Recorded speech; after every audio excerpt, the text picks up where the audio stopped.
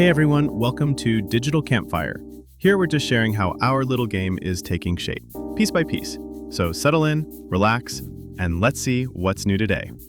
All right, so let's jump right in. For now, I've just added a simple circle as the player. Nothing fancy yet. I gave it a rigid body 2D and a collider 2D so it can actually move and bump into stuff later. Then I made a new C# script called player movement. In that script, I grabbed the horizontal and vertical input using Unity's input system. So when I hit play, the circle moves around exactly the way I want, using the arrow keys or WASD. Super basic, but it works. So that's our starting point. A circle that moves, ready for more features. Next up, I started working with the animator. So right now I'm adding two parameters, horizontal and vertical, so the player's animations can actually respond to input. I set up the transitions from the entry node to player idle and player walk states. And I added the conditions so that when the player's moving, it'll switch to walk.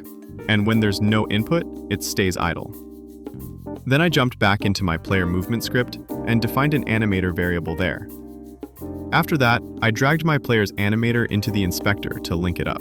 So now, whenever I move the player around, the parameters update, and the animation transitions actually happen behind the scenes. Even though I don't have any real animation frames yet, it's just placeholders. But it's good to see the system working.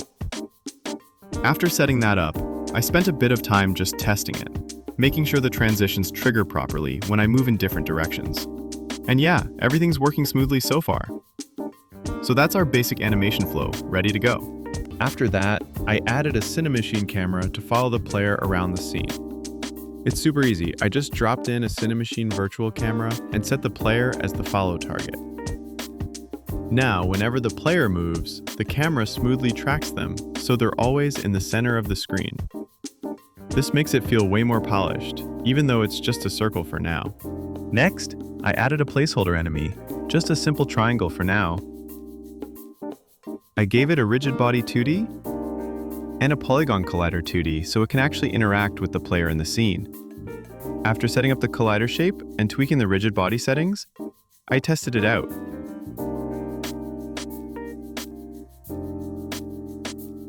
And yeah, the collision between the player and the enemy works perfectly, which is always satisfying to see.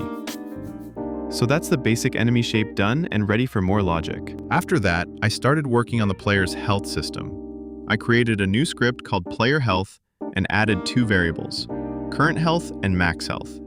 This gives the player a proper health value that can go down on collision.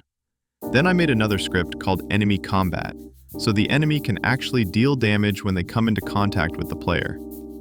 Right now, the damage value is just set to 1, but it's enough to test things out. So when I run it, the player's health drops correctly on collision with the enemy, which means the basic combat and health logic is working as expected. Hey everyone, I'm the one working on the pixel art for this game. You can see a bit of my tile sheet coming together in the background right now. There's still a lot to finish, but it's super exciting to watch the world start taking shape, pixel by pixel.